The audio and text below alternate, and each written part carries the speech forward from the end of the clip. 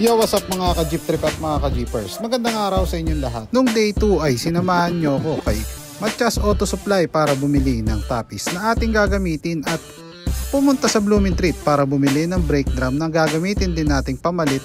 Ngayong araw naman ay samahan nyo ko sa tarima ni Bulado Works para ipatanggal ang kalso sa hanger sa likurang parte ng ating unit. At syempre medyo ipina-refresh natin ito since kinalawang na yung kanyang mga stainless parts. Nga pala mga bossing, bago tayo magsimula ay siguraduhin nakasubscribe ka muna sa ating YouTube channel at syempre pakipindot na rin ang notification bell para updated kayo lahat sa latest jeepney videos natin. Kaya tara, samahan nyo ako sa day 3 ng aking project jeepney. Yun mga bossing, ito na ang ating day 3 mga bossing. Dadali natin to kay Bulado para ipaangat yung mounting ng makina kasi medyo mababa mga bossing, baka mapitpit yung crankcase. Ayan mga boss, so, tara, samahan nyo kay Bulado. At ayun na nga mga bossing, sinimulan na nating ipasok sa tarima ni Bulado Works ang ating unit para ma-refresh at maipatanggal yung kalso sa hanger ng likurang molye. At sinimulan na nga siyang tastasin ni Padi aka Boss Arnel. Ayan mga bossing,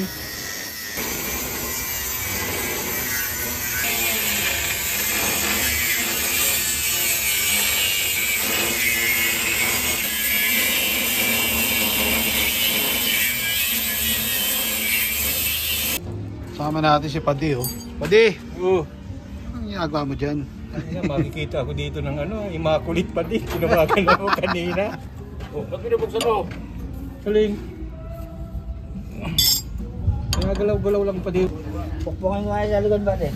Yun, at kitang-kita nyo naman mga boss kung gaano kalaki yung kalso na inilagay sa likurang hanger natin mga bossing. Ayan. So, pagkakaalam namin nasa dos yan. Sa dos ang taas, kaya halos parang tumuwad na yung ating unit dahil sa taas ng kalsong inilagay sa kanyang hanger.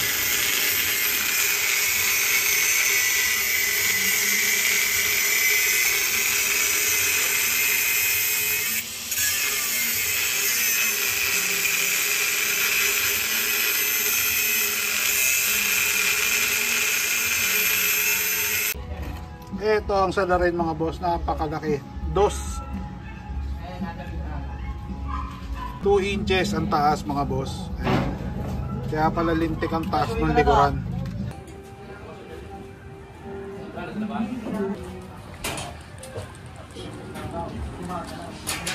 At ayun na nga mga bossing, sumunod naman na tanggalin ni Padi ay yung kabilang side naman ng hanger. Tinanggal din yung kalsa dyan mga bossing. At syempre sinimulan na rin bapingin ni Bulado yung sinepa ng ating unit. Ayan mga bossing. At inisa-isa na rin yung mga kinakalawang na parte gaya ng hawakan. Ayan. Nung frame sa likod, nung taillight. Ayan.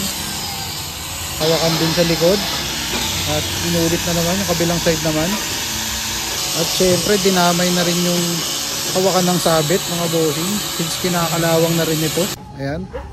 So all goods na all goods yan mga bossing. Pag nakakita nyo mga boss, ayan napakakintab ng pagkakadali ni Bulado. Yun mga bossing, at habang binabaping yung ating unit dun, tumakbo rin muna tayo saglit dito sa Blooming Treat para bumili ng water pump pulley since yung sa atin hindi na siya masyadong working. Padi, okay na Padi. At bumalik na tayo ngayon dito sa all goods na, tarima ni Bulado mga bossing. Dinugtungan na yung harapan Yan. Kikinisin na lang yan Padi. Full weld na lang Ayan. Kasi ba mapulaan tayo, sabihin hindi pantay Mahirap yan. Okay. At ayun na nga mga bossing, since wala palang available na mekaniko si Bulado Works, pinadugtungan na lang natin ang ating chassis. Since medyo maiksi ang pagkakadali nito mga boss, kaya pinadugtungan natin ng konting extension para medyo bumagay-bagay tignan kapag nilagyan ng bumper. Siguro pag nagpa-customize ka na, mahal ba sa mahal? Milyon.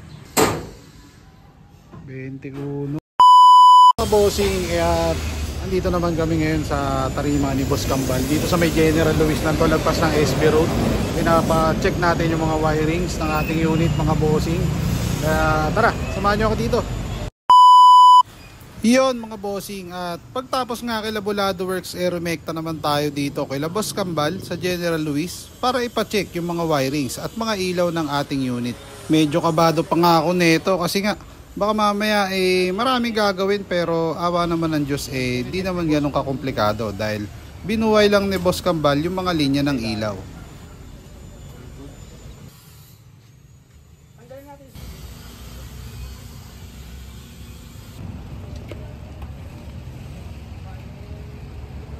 Gawa na yung atras niya. Okay, all goods na mga bossing.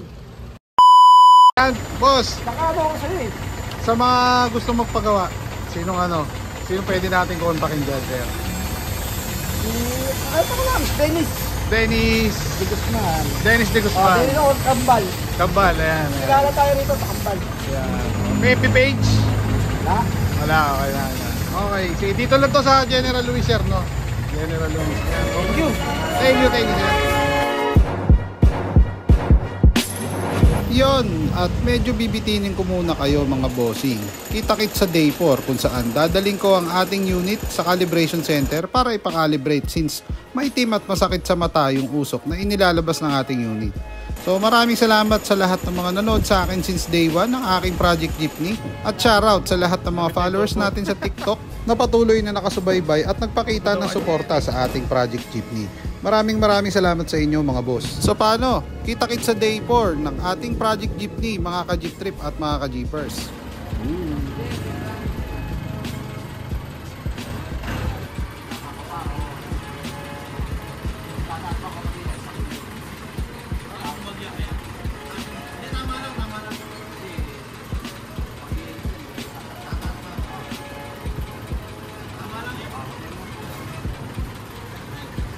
All goods na mga boss.